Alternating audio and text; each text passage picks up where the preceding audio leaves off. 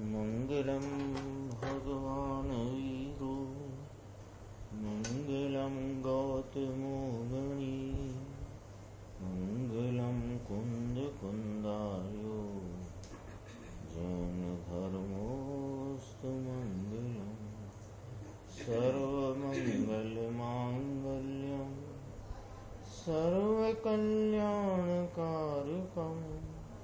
प्रधानम सर्वधर्माणां जनं जयतु शासनम्। मैं नमो तीर्थनायक को, नमो ओंकार वाणी को, नमो उन कुंद प्रभु को जिन्होंने ओंकार धारण की। अहो उपकार जिनवर का, कुंद का दिव्य वाणी का, जिन कुंद ध्वनि दाता उन कहान स्वामी का। नमियून जिनम वीरम अनंत वर्णान दंसन सहावम भोक्षामिणियम सारम केवली शुद्ध केवली भणिनम। नियम सार जी परमागम ग्रंथ है। इसके 43वें नंबर की गाथा, जिसमें आचार्य कुंद भगवान ने कहा कि यह जीव निर्दंड है, निर्द्वंद है, निराग है, निशरीर है, निर्दोष है, निर्मूढ़ है आदि बोल जो इसमें कहे, ये सारे ही बोल अपन देखते हैं। निर्दंड है, निर्द्वंद है, निर्मम है, निशरीर है, निराग है, निर्दोष है, निर्वय है, निरवलंबन है, ऐसा आत्मा निर्मूढ़ है। ये यहाँ अपने इतने बोलों से आचार्य भगवान ने इस शुद्ध भाव की चर्चा शुद्ध भाव अधिकार में की कि जो दृष्टि का विषय भूत और आलम्बन भूत द्रव्य जो है उसके वह निर्दंड निर्द्वंद आदि इत्यादि बोल से यहाँ चर्चा की है। अपन 194 पेज से ये निर्दोष वाली बात चल रही है, उसकी चर्चा यहाँ देखते हैं। इसके बाद निर्मूढ़ पने की बात यहाँ करेंगे। नियम, नियम अन्य वस्तु का नियम सार, वस्तु का नियम मिल गया 194 ऊपर। यह आगे गाथा में आएगा कि वस्तु का नियम है, ये वस्तु के नियम का यह सार है। बीतराग भाव है, लूखा राग, राग वाले को लूखा लगे। लूखा माने ये बातें आत्मा के स्वरूप की सरस बातें राग के रस वाले को रूखी लगती है, लेकिन यह बात तो रस कस वाली है। शांति और आनंद के रस कस वाली बात है, सहज अवस्था है। नियम सार कहा ना, नियम तो उसमें पहले प्रारंभ की गाथाओं में कहा था नियम से करने योग्य जो कार्य, यानी सम्यक दर्शन ज्ञान चारित्र, और सार माने व्यवहार के परिहार के लिए यहाँ सार शब्द का प्रयोग किया गया है। तो ये जो सम्यक दर्शन ज्ञान चारित्र की परिणति है, ये सहज अवस्था है, स्वाभाविक अवस्था है, सरल अवस्था है।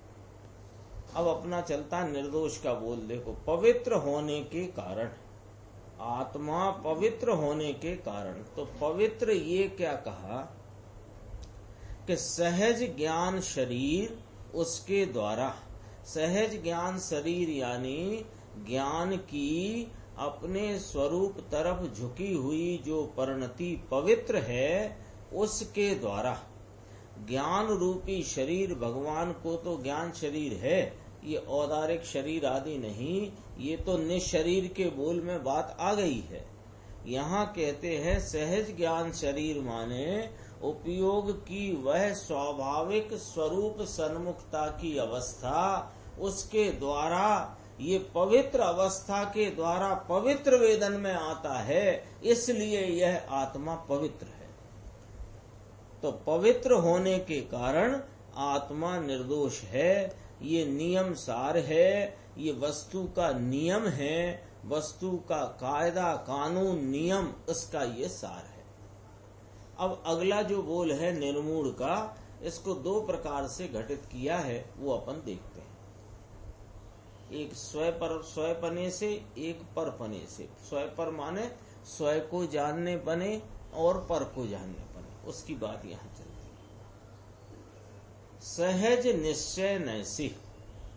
सहज ज्ञान यानी स्वाभाविक त्रिकाली ज्ञान, सहज दर्शन माने त्रिकाल अपने स्वरूप की प्रतीति और उसका अवलोकन, और सहज चारित्र माने त्रिकाल सहज शांति स्वरूप भाव। तो चारित्र पर्याय में है, उसको नहीं लेना यहाँ। जो चारित्र की अवस्था होती है ना, उसकी बात नहीं कर रहे हैं, ये शुद्ध भाव की बात चलती है। तो सहज ज्ञान माने स्वाभाविक त्रिकाली ज्ञान, सहज दर्शन माने स्वाभाविक श्रद्धा और अवलोकने का स्वभाव, सहज चारित्र माने स्वाभाविक शांति स्वरूप वस्तु। त्रिकाल जो पर्याय में चारित्र है, उसकी बात यहाँ नहीं है। पर्याय में है जो कुछ चारित्र का भाव, वह चारित्र गुण की पर्याय है। और चारित्र, सहज चारित्र, स्वाभाविक चारित्र गुण, ये जो एक स्वाभाविक चारित्र गुण आत्मा में त्रिकाल है। सहज चारित्र, सहज परम वीतराग सुख, ये भी त्रिकाली स्वभाव।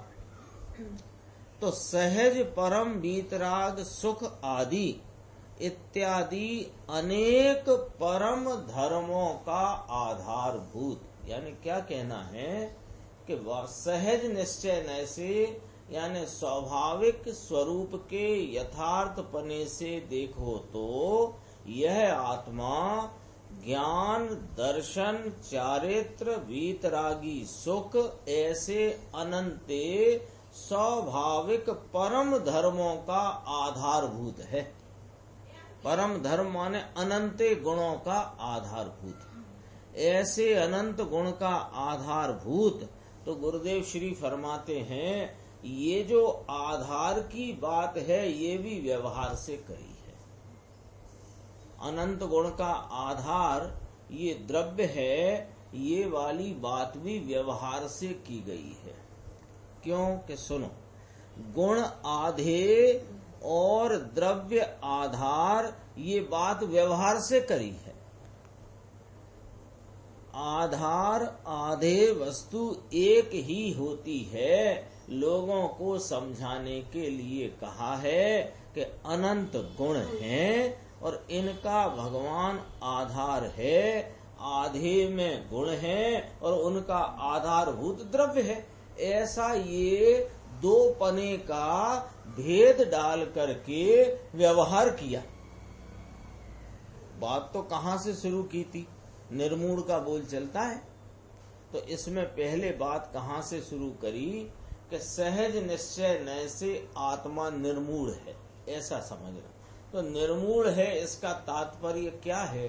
तो कहते हैं सहज ज्ञान माने स्वाभाविक त्रिकाली ज्ञान, स्वाभाविक त्रिकाली दर्शन, स्वाभाविक त्रिकाली चारित्र भाव स्वभाव और वीतराग सुख त्रिकाली बढ़ा लो त्रिकाली परम वीतराग सुख आदि परम धर्मों का अनंत गुणों का आधारभूत। तो अनंत गुण कहे और उनका आधारभूत द्रव्य कहा। तो ये गुण और ये गुण आधे और गुण का आधार द्रव्य, ये क्या कर दिया? भेद कर दिया। तो भेद करने से क्या हो गया? ये व्यवहार हो गया। वास्तव में तो गुण तो वो द्रव्य तो स्वयं ही आधार आधे रूप है, यानी वह अनंत गुणात्मक वस्तु अपने ही आधार है और अनंते गुण वे उसके स्वभाव अभेद रूप से वह पीकर बैठा है। आधार आधे पना भी कहना ये व्यवहार है। इसका लोगों को समझाने के लिए कहा अनंत गुण हैं, इनका भगवान आधार है, आधे में गुण हैं। अरे ये चीज कोई पर्याय के अथवा कि और राग के आधार से है, ऐसा नहीं है। गुण का आधारभूत द्रव्य है और गुण के गुण द्रव्य के आधार हैं। ये बात कह करके इतना व्यवहार भी क्यों किया? इतना व्यवहार भी इसलिए किया कि ये कोई पर्याय के आधार नहीं है, ये रागादि वृत्ति जो हो रही है उसके आधार ये आत्मा नहीं है। ये तो त्रिकाली रहा हुआ आत्मा अपने त्रिकाली अनंत गुण स्वभाव वो इसके आधे हैं और उन सब का आधारभूत ये आत्मा है। इतना व्यवहार किया। आगे चलती बात, अनेक परम धर्मों के आधारभूत निज परम तत्व, ये तो हुई आत्मा। ये कौन सा हुआ? ये अपना विषय है ना। तो विषय कौन है? अनंत परम धर्मों का, अनेक परम धर्मों का आधारभूत एक रूप भाव निज परम तत्व, उसको जानने में समर्थ होने से आत्मा निर्मूल है। अपने ऐसे सहज स्वाभाविक अनंत गुणात्मक वस्तु को, निज परम तत्व को जानने में समर्थ होने से आत्मा निर्मूल है। इसमें मूढ़ता नहीं, क्योंकि मूढ़ता का अर्थ काय से लेना, पहले अपन मूढ़ता समझ लेते। नहीं जानना, अज्ञान, किसी विषय के संबंध में नहीं जानता तो उसको क्या कहेंगे? मूढ़ है। और निर्मूढ़ किसे कहेंगे? कि उस विषय को जानने में जो समर्थ है वो निर्मूढ़ है। तो यह आत्मा अपने अनंत गुणों के आधारभूत निज परम तत्व को, अपने ज्ञायक तत्व को जानने में समर्थ होने से निर्मूढ़ है। देखो, निर्मूढ़ के दो अर्थ करेंगे। एक त्रिकाल निर्मूढ़ है, ये पहले बात करी। अनेक परम धर्मों के आधारभूत निज परम तत्व त्रिकाल, उसको जानने में समर्थ होने से आत्मा निर्मूढ़, मूढ़ता रहित है। ये त्रिकाल की बात करी, ठीक है। अब वर्तमान मूढ़ता रहित केवल ज्ञान की बात यहाँ लेते हैं। अगले दो प्रकार से निर्मूढ़पना घटाया। अथवा सादि अनंत, पहले मूढ़ता कही तो मूढ़ता के यानी निर्मूढ़ता, पहले जो निर्मूढ़ता कही है वह अनादि अनंत निर्मूढ़ प्रभु है, और उसके आश्रय से सादि अनंत निर्मूढ़ता प्रगटती है। निर्मूढ़ जो अनादि अनंत प्रभु, इसके आश्रय से सादि अनंत निर्मूढ़ता प्रकट होती है। सादि अनंत अमूर्त, अमूर्त माने रंग गंध स्पर्श नहीं, अतीन्द्रिय, इंद्रिय रहित स्वभाव भाव वाला, ऐसे स्वभाव वाला शुद्ध सद्भूत व्यवहार न। तो ये कौन को कहना है? अब जरा इधर से अपने को वाक्य को तोड़कर समझना है। अपन ने जब टीका पढ़ी थी तब भी समझा था। सादि अनंत अमूर्त अतीन्द्रिय स्वभाव वाला कौन लेना? केवल ज्ञान। सादि अनंत अमूर्त अतीन्द्रिय स्वभाव वाला केवल ज्ञान, इसके संबंध में कहते हैं कि ये व्यवहार नय है। केवल ज्ञान कौन है? व्यवहार नय है। व्यवहार नय क्यों है? कि सुनो, शुद्ध सद्भूत व्यवहार नय है, क्योंकि पर्याय है ना, त्रिकाल निर्मूढ़ है, ये निश्चय है। और इसके अवलंबन से केवल ज्ञान मुक्त दशा प्रकटती है। ये सादि अनंत व्यवहार नय है। थोड़ा कम करो, तेज हो गया। इसके अवलंबन से केवल ज्ञान मुक्त दशा प्रकटती है। ये सादि अनंत व्यवहार नय है। व्यवहार नय से इसको मिलाना इधर से, सादि अनंत अमूर्त अतीन्द्रिय स्वभाव वाला केवल ज्ञान, ये शुद्ध सद्भूत व्यवहार न से तीन काल के और तीन लोक के स्थावर जंगम स्वरूप समस्त द्रव्य गुण पर्यायों को, समस्त जीवादि पदार्थ जो 6 द्रव्य हैं, ये द्रव्य वस्तु द्रव्य क्या कि गुण का एक रूप वह द्रव्य, और गुण का रूप यानी वस्तु का स्वभाव शक्ति वह गुण, और वर्तमान उसकी परिणति ये पर्याय। एक लाइन में समझाई ना बात। तीन काल के जो द्रव्य गुण पर्याय हैं, इनको एक समय में जानने में समर्थ। निर्मूढ़ता के 2 अर्थ किए।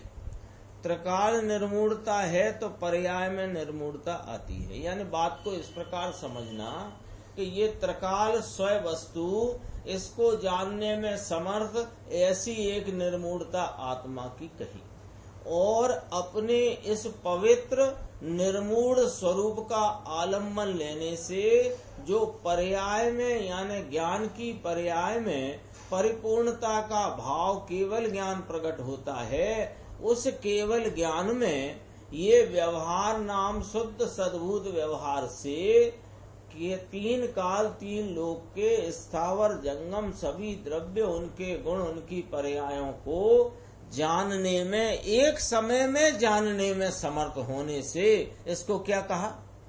निर्मूढ़ का। निर्मूढ़ता के 2 अर्थ किए। त्रिकाल निर्मूढ़ता है तो पर्याय में निर्मूढ़ता आती है, ऐसी बात है। सूक्ष्म बात लगे वस्तु ये है। अरे देह छूट जाएगी, कोई सहायक नहीं, कोई मददगार नहीं, एकला तत्व अनादि से रहा है।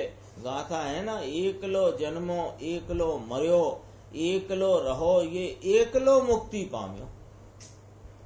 ये जीव अनादि से कैसा रहा है? अकेला, अकेला ही रहा है। अकेला जन्मा, अकेला मरा, अकेला रहा और अकेला ही मुक्ति को प्राप्त होता है। श्लोक आता है। हाँ गाथा है, वो कहते हैं श्लोक है इसमें। हाँ गाथा सही, गुरुदेव ने श्लोक बोल दिया। 196 पेज पे आते हैं अपन, इसी की निर्मूढ़ता की बात आगे लेते हैं। देखो, सकल विमल सर्वथा निर्मल। सकल विमल का अर्थ क्या हुआ? सकल माने सर्वथा, विमल माने निर्मल। तो सकल विमल यानी सर्वथा निर्मल, केवल ज्ञान रूप से अवस्थित होने से, ये भगवान केवल ज्ञान रूप से अवस्थित होने से। कौन? वो केवल ज्ञान से अवस्थित अरिहंत परमात्मा है, वो नहीं है तो वे अवस्थित, वो नहीं। ये अपना शुद्ध भाव, यह मैं निज शुद्धात्मा केवल ज्ञान रूप। कैसा केवल ज्ञान? सकल विमल सर्वथा निर्मल, ऐसे केवल ज्ञान रूप से। देखो शब्द क्या डाला है? अवस्थित होने से, ऐसा ही रहा हुआ होने से। भगवान केवल ज्ञान रूप से अवस्थित होने से। गुरुदेव कहते हैं आजे माखण छे बापा। ये शुद्ध भाव अधिकार 43 नंबर गाथा, उसकी कोई अद्भुत व्याख्या तो कहते माखन ही माखन निकल गया है। आजे माखन छे बापा, तत्व का मर्म यानी कि रहस्य निकल करके आया है। तत्व माने क्या? कि यह आत्मा निज परम तत्व, इसका रहस्य निकला है। पूर्णानंद का नाथ निर्मूढ़ है, लेकिन पर्याय में केवल ज्ञान प्रकट हुआ, ये निर्मूढ़ है। इस पर से निर्मूढ़ता सिद्ध करी। ये केवल ज्ञानमय, केवल ज्ञान रूप से अवस्थित होने से आत्मा निर्मूढ़ है। ये पर्याय से जो केवल ज्ञान की पर्याय है, उसमें ये समस्त पदार्थों को, उनके द्रव गुण पर्यायों को एक समय में जानता होता होने से इसे निर्मूढ़ कहा। कोई कुछ जाने बिना रहता नहीं, और पूर्ण जाना इसलिए विकल्प उत्पन्न होता है, ऐसा भी नहीं। ऐसी निर्मूढ़ केवल ज्ञान पर्याय है। एक समय की पर्याय, तीन काल तीन लोक नाम पर को स्पर्श किए बिना पर तरफ का उपयोग किए बिना अपने स्वरूप में, अपनी शक्ति के सामर्थ्य से केवल ज्ञान में सबको निर्मूढ़ रहीने जाने छे, निर्मूढ़ रहकर जानती है। कुंद आचार्य कहते हैं, मैंने तो मेरी भावना के लिए नियमसार बनाया है, मेरी भावना के लिए मैंने तो इसे बनाया है। ये लोग सुने, गुरुदेव कहते हैं निहाल करने का रास्ता है प्रभु। निहाल तो ये निहाल है, वस्तु आत्मा तो जगत का प्रत्येक प्राणी तो निहाल स्वरूप है।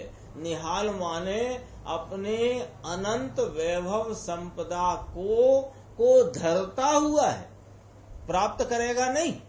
अनंत वैभव अनंत गुण संपदा को धरे हुए बैठा धर्मी निहाल ही है। लेकिन निर्मूढ़ तत्व जो दृष्टि में आए तो निहाल, क्योंकि स्वयं अनंत गुण संपदा को धरकर बैठा धर्मी उस पर नजर नहीं, उस पर दृष्टि नहीं, इसकी नजर तो बाहर मुख वृत्ति के साथ उपजे हुए राग पर, कषाय की मंदता तीव्रता के भाव पर है। इसलिए ये बेहाल है।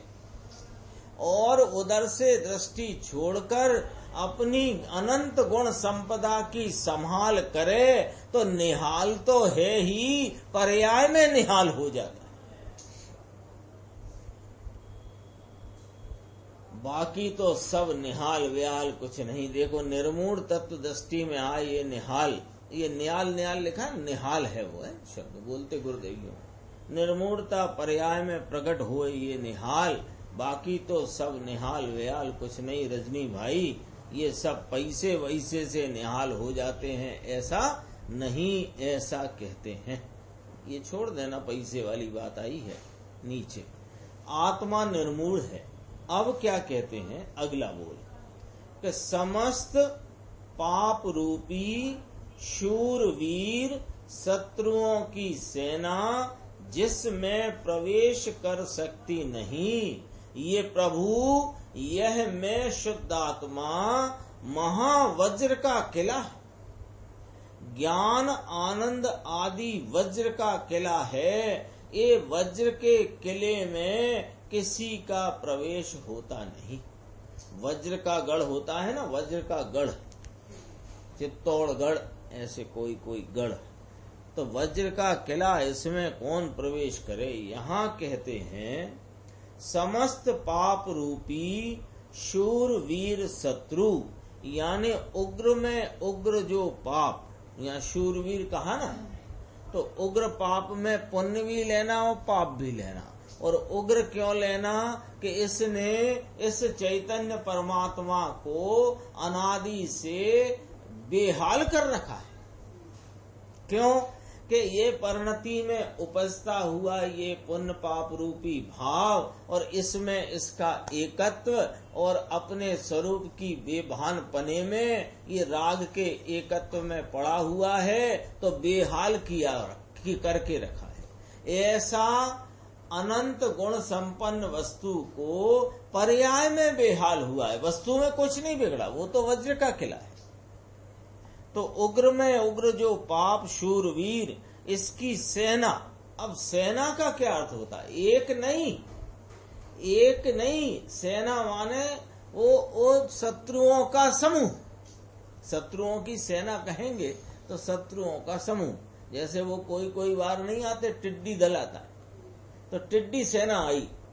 एक नहीं होते, वो बहुत होते हैं, हजारों लाखों की संख्या में। ऐसे ये तो अनंत असंख्य पाप रूपी शूरवीर शत्रुओं की सेना। वह पाप कौन? कि समस्त पाप रूपी शूरवीर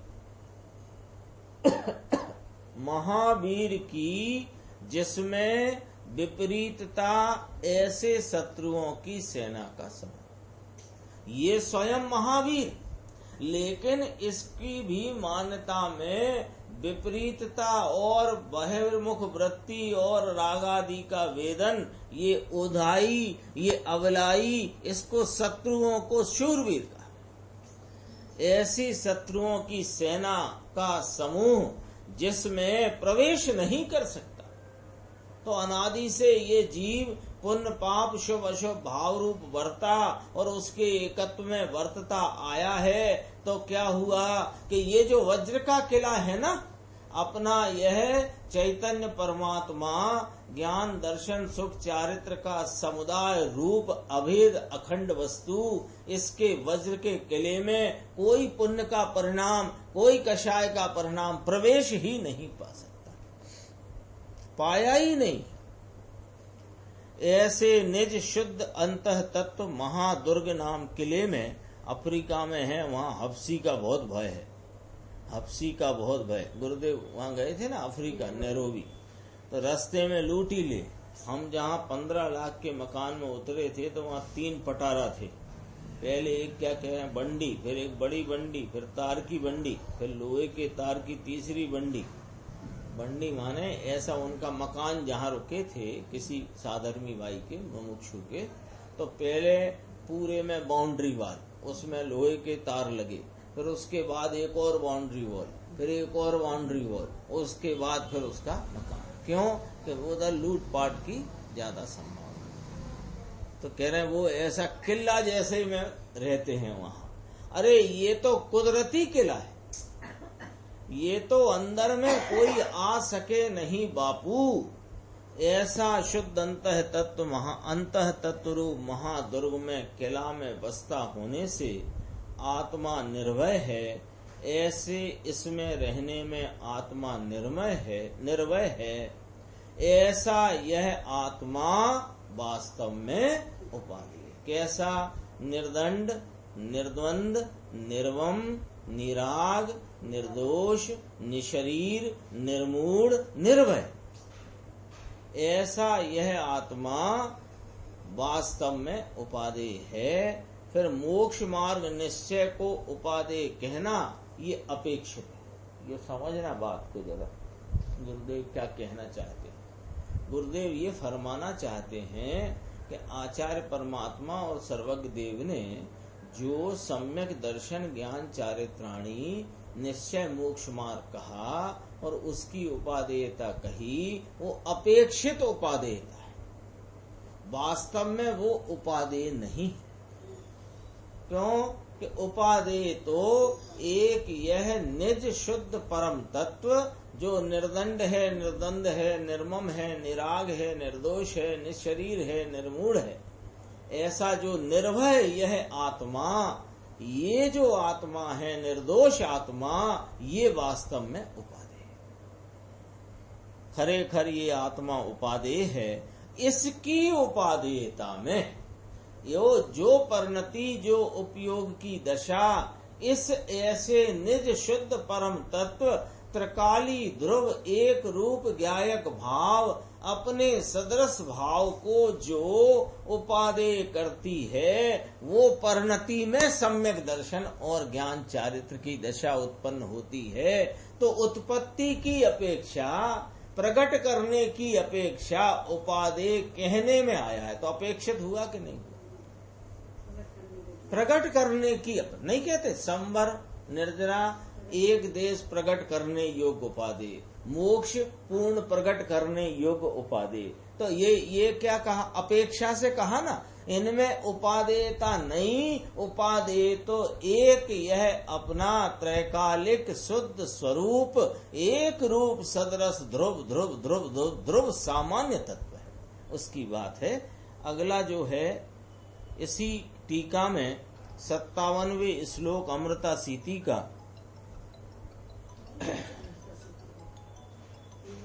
अमृता सीति का श्लोक, इसमें अमृता सीति का श्लोक इसमें उद्धरण रूप से टीका में लिया है। कहते हैं भगवान आत्मा में स्वर समूह नहीं, ये अक्षर का समूह, ये तो जड़ की पर्याय है, आत्मा में नहीं। जाने आत्मा बोलता हो ऐसा लगे परंतु ऐसा है नहीं। आत्मा तो अरूपी चैतन्य आनंद घन है और अक्षर तो परमाणु का पिंड है। ये स्वर समूह विसर्ग नहीं, भगवान में विसर्ग। कहा क्या बात कही? ये अमृता शीति में योगेंदु देव ने 57वें श्लोक में जो कहा, उस बात को यहाँ ये 8 बोल, ये 9 बोल, कितने बोल आए इस निर्दंड निर्द्वंद वाली बोल वाली गाथा की टीका में मुनिराज पद्म प्रमलधारी देव ने उद्धरण दिया इसका। इस श्लोक को टीका में अपनी टीका करते हुए इसको यहाँ पर उद्धृत किया। तो क्या है इस श्लोक का भाव? कि भगवान आत्मा में स्वर समूह नहीं, अक्षर का समूह नहीं, विसर्ग व्यंजन आदि अक्षर, विसर्ग होता है ना जो अक्षरों की लिखावट में, तो विसर्ग आता है, का खा गा, ये विसर्ग भी आत्मा में नहीं, व्यंजन आदि अक्षर नहीं, अंक आदि के अक्षर ये कुछ भी नहीं, अर्थात 1 2 3 4 ये आत्मा में नहीं, काखा गागा घा जैसे आत्मा में नहीं, 1 2 3 4 की संख्या आत्मा में नहीं। क्या कहते? हाँ, उसमें लिया उनने। अब स्वयं निकर विसर्ग व्यंजनाद अक्षरेद रहित रहितम हित हीनम अहित हीनम शाश्वतम मुक्त संख्यम। ये कहा ना, देखो अहित बिना का है, प्रभु तो अहित रहित है, अहित की अंदर गंध नहीं। ये आत्मा त्रिकाल अनादि अनंत, अनादि से अब तक रहा हुआ जैसा आया है, उस आत्मा उस वस्तु में अंदर अहित पने की गंध ही नहीं है। यानी इस आत्मा का कभी अहित रूप हुआ ही नहीं। पूर्णानंद का नाथ शिवपुर वासी, ये अंदर रहा हुआ आसी, आसी यानी कि है, आसी माने अस्थि, अस्थि माने है, अंदर स्वरूप से भगवान पूर्णानंद, इसमें अहित रहित शाश्वत है। शब्द तो सरल हैं, शब्द तो शब्द तरीके हैं, लेकिन अंतर स्वरूप में नहीं। व्यवहार तरीके है, लेकिन वस्तु में नहीं। अक्षरों का स्वर, शास्त्र का समुदाय, कान में जो पड़ता है, ये कोई तेरे में नहीं। तुझे, हमें आचार्य भगवंत, गणधर परमात्मा, ज्ञानी धर्मात्मा कैसे पुकारते हैं कि हे आत्मन, हे शुद्धात्मा, हे भव्य जीवो। ये जो शब्द पड़ता है ना, ये शब्द तुम नहीं, ये तुम में नहीं। ये कोई अपने को लगे काय को लिखी ये बात, इसलिए लिखी कि अभी तक हमने क्या किया है, हमारी भूल क्या हुई है कि ये शब्दों के द्वारा, वाणी के द्वारा आत्मा की महिमा स्वरूप कथन हमने शास्त्रों में पढ़े, सुने, और उनका अपन ने जो श्रवण किया, किनका? शब्दों का। तो हमने शब्दों की महिमा तो करी, लेकिन जो शब्द का जो वाच्य है, यह शुद्धात्मा, उसकी महिमा नहीं करी। तो सावधान कराते हैं आचार्य परमात्मा, आचार्य योगेंद्र देव तुमको सावधान कराते हैं कि तुम ये जो शास्त्र श्रवण में, ये जो शुद्धात्मा की महिमा की बात सुन करके तुम एकदम आह्लादित होते हो, तो जरा विचार तो करना मेरे भाई कि तुम ये शब्दों से आह्लादित हुए हो कि शब्दों का जो वाच्य स्वरूप अपना शुद्धात्मा है, उसके प्रति तुम्हें आह्लाद आया। होता नहीं है? आज तो बड़ी सूक्ष्म बात आई, आज तो बहुत अच्छी बात आई, आज तो बहुत पंडित जी की शैली बहुत अच्छी थी, फलां जी की शैली बहुत अच्छी थी। अरे ये जो शैली है, ये भाषा का कार्यक्रम है, और भाषा का कार्यक्रम अक्षरों, शब्दों, विसर्ग और अंकों से बना हुआ है। यानी उस स्वरूप है, बना हुआ माने उस स्वरूप है। तुम उसके आह्लाद में न रहो, क्योंकि उन सब का तेरी इस आत्मा में अभाव है, और ये आत्मा अहित रहित शाश्वत है। 2 बोल आ गए ना इसके। शास्त्र है ये कान में पड़ता है लेकिन वस्तु में नहीं। तेरा काम तो तेरे से करना है। ये शास्त्र शब्द से भी तेरा काम नहीं होता। ये क्या कहना चाहते हैं? ये बात कह करके ये कहना चाहते हैं कि ये जो वाणी के द्वारा जो तेरी चर्चा की जा रही है, तो तू वाणी का रसिया ना बन। तू ये वाणी के प्रति की लागणी में मत रहना। ये वाणी में जिस शुद्धात्म तत्व की बात चलती है, वो शुद्धात्म तत्व कैसा है उसकी तरफ आना, तो तेरा काम तेरे से होएगा, वाणी से नहीं। शाश्वत है भगवान तो प्रभु शाश्वत अंदर है, अंधकार से रहित है। कितने बोल आ गए कि शब्द अक्षर अंक आदि इस आत्मा में नहीं, अहित का कोई भाव इस आत्मा में नहीं। यह आत्मा शुद्ध भाव स्वरूप में शुद्ध आत्मा शाश्वत है, अंधकार से रहित है। क्यों कि आत्मा में अंधकार का अंश नहीं। अरे यह तो प्रकाश का पुंज है, ये तो त्रिकाल प्रकाश स्वरूप है। तू इसके प्रकाश का अपने वर्तमान ज्ञान प्रकाश में देखता नहीं, और तू राग रूपी अंधकार को देख करके अपने को प्रकाश स्वरूप स्वीकारता नहीं। चैतन्य का सागर उछलता है, चैतन्य अंदर में उछलता है। अरे मुनि को प्रगट उछलता है पर्याय में उछलता है। कैसा कि द्रव्य में उछलता दिखता है। द्रव्य तो क्या उछले, द्रव्य में अनंती सामर्थ्य है, उसकी प्रगटता पर्याय में उछलती है और पर्याय में दिखती है। लेकिन पर्याय अपने को पर्याय मानती नहीं ना, तो वो द्रव्य उछलता है ऐसा उसको वहां अनुभव में आता है। बहुत गजब की बातें आचार्य परमात्मा, टीकाकार मुनिराज, ज्ञानी धर्मात्मा, महापुरुष, इस युग के अध्यात्म युग प्रणेता। अभी अपने आज 10 तारीख हो गई ना, 3 दिन बाद गुरुदेव श्री की जन्म जयंती है, गुरुवार को 13 तारीख को।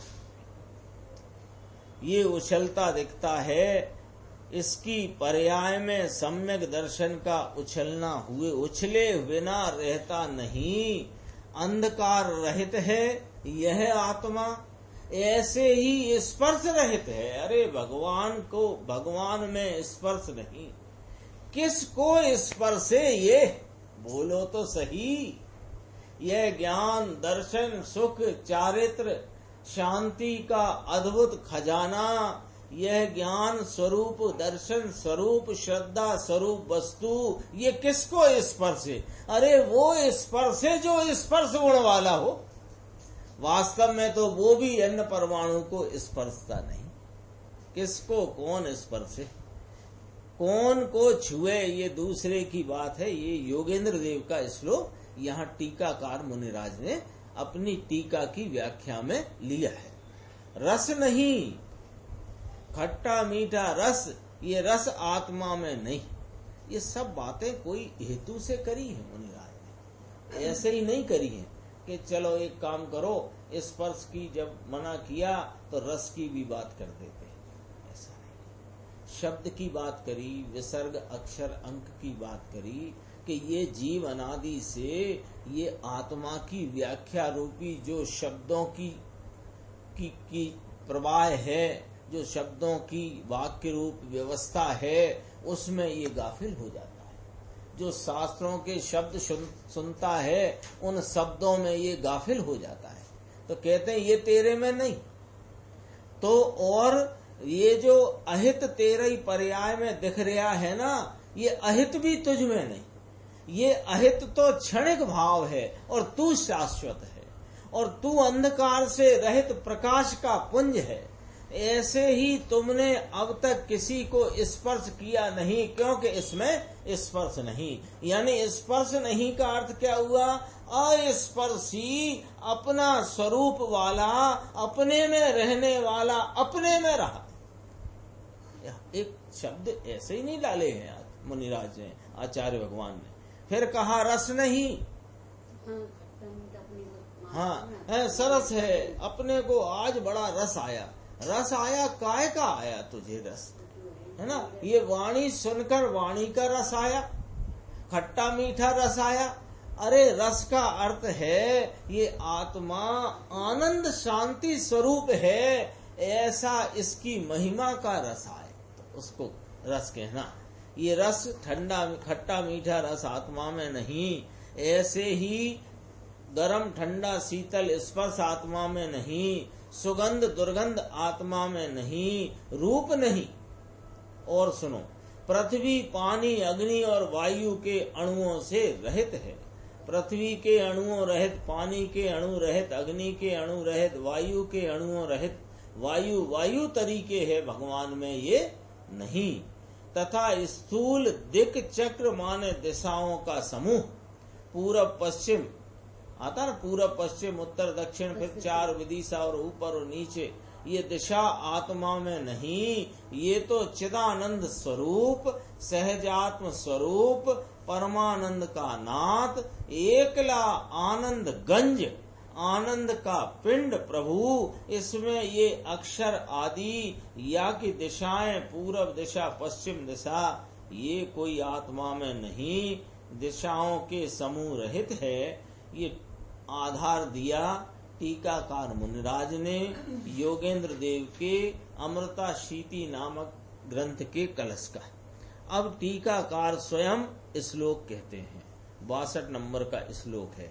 यहाँ पर 43 नंबर की गाथा के बाद टीकाकार मुनिराज 7 श्लोक कहेंगे। उसमें पहला, दुर्धवन कुठारा प्राप्त दुष्कर्म पारः, पर परिणति दूरः, प्रास्त रागाब्धि पूरः, हत विविध विकारः, सत्य शर्माब्धि नीरः, सपदि समय सारा, पातु मामस्त मारः। और 43वीं गाथा की टीका पूर्ण करते टीकाकार मुनिराज 7 श्लोक कहते हैं। श्लोकार देखो कितना बढ़िया है।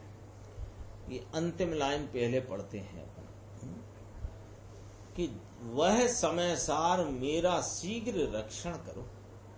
कौन कह रहा है? मुनिराज कह रहे हैं।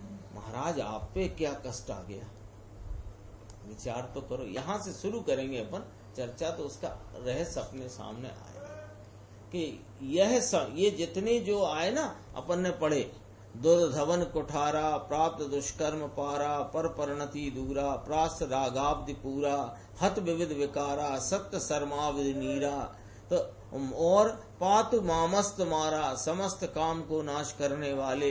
हे समय सार, समय सार माने हे शुद्धात्मन, हे मेरे शुद्धात्म स्वरूप, तुम मेरा रक्षण करो। तो महाराज आपको क्या तकलीफ आ गई? आप तो 3 कषाय चौकड़ी के परम वीतरागता की, अत्यंत घनी वीतरागता की धारा में चल रहे हो, उसमें आप गमन कर रहे हो। ऐसे अत्यंत वीतराग भाव में गमन करते हुए अत्यंत शांति के सागर में आप अवगाहन करते हो। आपको कौन सा ऐसा कष्ट आ पड़ा जो आप कहते हो कि हे शुद्धात्मा मेरा शीघ्र रक्षण करो? आई ना बात? इसको थोड़ा समझते हैं, फिर अपने को इसका मजा आएगा, मतलब इसका आनंद, इसमें क्या कहना चाहते हैं। अरे वे कहते हैं कि एक यह दुष्ट कषाय का भाव संजुलन का अभी जीवित है। ये दुष्ट संजुलन की कषाय, ये जो जीवित है ना, ये मेरे को इसके कारण से अत्यंत क्या पूर्ण आनंद नहीं है। और मेरे जो अमृत चंद्र आचार्य ने कहा, कौन सी 79 गाथा प्रवचन सार में, मेरे महा दुख संकट निकट है। कहा कि नहीं कहा? मुनिराज अमृत चंद्र आचार्य को लो, चाहे मुनिराज पद्म प्रमलधारी देव को लो, दोनों की एक स्थिति है। दोनों तीन कषाय की अभाव रूप प्रचुर वीतरागता के, प्रचुर स्व संवेदन के हिंडोले पर बैठे हैं, उसके हिंडोले पर बैठे हैं। लेकिन वे जानते हैं कि यदि यह पूर्णता न हुई तो मेरे महादुख संकट है। तो ऐसे ही मुनिराज पद्म प्रमलधारी देव कहते हैं कि हे समय सार, हे मेरे शुद्धात्मन, मेरा शीघ्र रक्षण करो, क्योंकि वे जानते हैं कि इसका ही जो और प्रगाढ़ अवलंबन होए तो ही मैं बच सकता हूं, किससे? महादुख संकट से। इसलिए ये बात कही। देखो, जो समय सार यानी जो शुद्धात्मा दुष्ट पापों के बन को छेदने के लिए कुल्हाड़ा है। उपमा से बात करते हैं, अलंकारिक उनकी शैली है मुनिराज की। तो दुष्ट पापों के बन को छेदने का कुल्हाड़ा है। कुल्हाड़ा समझ गए ना, कुल्हाड़ी से जैसे जंगल काटे जाते हैं ना, ऐसे। और फिर कहते हैं जो दुष्ट कर्मों के पार को पहुंचा है। कौन? समय सार। सब में लगाना समय सार। समय सार माने कौन? शुद्ध आत्मा। दुष्ट कर्मों के पार को पहुंचा है, अर्थात जिसके कर्मों का अंत आना है। कर्म माने समझ गए? भाव कर्म, राग आदि परिणति। राग का जो अंश बाकी है, इस बाकी के अंश को भी पार करने वाला कौन है? ये शुद्ध आत्मा, जो पर परिणति से दूर है, जिसने राग रूपी समुद्र के पूर को नष्ट किया है, जिसने विविध विकारों को हनन कर डाला है। अरे जो सच्चे सुख सागर का नीर है, पानी जल, और जिसने काम को अस्त किया है, वह समय सार मेरा शीघ्र रक्षण करो। थोड़ा गुरुदेव का देखते हैं। देखो, यह गाथा पूर्ण करते 7 श्लोक कहते हैं। गुरुदेव यहाँ से बात कहते हैं कि भगवान आत्मा यानी समय सार कहो, आत्मा कहो, शुद्धात्मा कहो, समय सार कहो, इस अधिकार के जो शुद्ध भाव अधिकार इसका नाम है, उसके अनुसार शुद्ध भाव कहो, एक ही बात है। भगवान आत्मा जो समय सार, ये दुष्ट पापों के वन को छेद देने वाला कुल्हाड़ा है। ये अपेक्षा से कहा है, इसमें है नहीं, यानी दुष्ट पाप इसमें है नहीं, लेकिन दुष्ट पापों का जो वन है पर्याय में, उसको छेदने का कुल्हाड़ा, ऐसा कहा। दुष्ट पापों के वन को, क्योंकि पाप होए, पाप रूप वन विस्तार होए, इसको छेद दे, तब इसको कुल्हाड़ा कहलाए। लेकिन आत्मा में तो ये नहीं। लेकिन ये जो पाप रूपी कषाय का अभाव है, आंशिक है, जितना भी है वो उसका विस्तार है वन रूपी। उस वन के विस्तार को मिटा देने वाला वह कुल्हाड़ा है, जो दुष्ट कर्मों के पार को पहुंचा है। भगवान अंदर दुष्ट कर्म आते हैं और इसके फल रूपी भाव भी अपने में दिखते हैं, लेकिन ये वस्तु में नहीं, आत्म तत्व में कोई कर्म का फल है नहीं, आया नहीं, हुआ नहीं। जो दुष्ट कहा तो फिर कर्म का फल आता तो है कि कर्म का फल पर्याय में हर शोक रूप विकार भाव से उत्पन्न होता है, और वह विकारी भाव आत्मा में त्रिकाल नहीं। जो दुष्ट कर्मों के पार को पहुंचा है, अर्थात जिसने कर्मों का अंत आया है, आना है मतलब उसको अंत हो जाता है। फिर देखो गुरुदेव ने याद किया, कर्म विचारे कौन भूल मेरी अधिकाई। कर्म तो द्रव्य कर्म तो कुछ नहीं है, उनको तो विचारे कहा। विचारे माने वे मुझसे न्यारे, मेरा कुछ भी करने में समर्थ नहीं। जो कुछ भी मेरी पर्याय में भूल चल रही है, जो पर्याय में भूल अथवा जो कषाय अंश है, वह भूल मेरी अधिकाई, मेरी भूल है। लेकिन ये भूल स्वरूप में नहीं। कितना एकदम पूरा नक्शा सामने रखते हैं। भूल भी स्वरूप में नहीं, भूल तो पर्याय में है। व्यवहार तरीके भूतार्थ है। 14वीं गाथा में कहा व्यवहार तरीके भूतार्थ है, व्यवहार तरीके पर्याय में होता हुआ कषाय अंश आदि भाव वो भूतार्थ माने पर्याय का एक समय का सत है, लेकिन निश्चय तरीके अंदर नहीं, अंदर वास्तविक तत्व में ये चीज नहीं। अर्थात जिसने कर्म का अंत आना है ये कहा। फिर अगला बोल कहते हैं जो पर परिणति से दूर है, राग की परिणति से भगवान अंतर में दूर है, ये परिणति को छूता ही नहीं। ऐसा द्रव्य पर परिणति बोला, पर द्रव्य की परिणति नहीं, अपनी परिणति वो उससे भी यह भगवान आत्मा समय सार स्वरूप दूर है। अरे सुबह कहा था ऐसा द्रव्य स्वभाव भगवान आत्मा, सुबह कहा था ना कि अक्षर के अनंत वे भाग में पर्याय में विकास हो जाता है, लेकिन वस्तु तो जितनी है उतनी ही है। चाहे तो केवल ज्ञान हो जाए तो भी वस्तु तो जितनी है उतनी ही है। जरा कठिन बात है। द्रव्य तो ये बात बहुत अपने ख्याल में लेकर जमाने की है। देखना ये मुझे इसलिए आया, ये शब्द का प्रयोग है गुरुदेव का, इसको चेतन भाई बहुत याद करते थे। जब भी अपन उनको सुनो चेतन भाई को तो ये एवु ने एवु एवना एवा एवना एवा एवु ने एवु, द्रव्य तो ऐसे का ऐसा इतना ही है।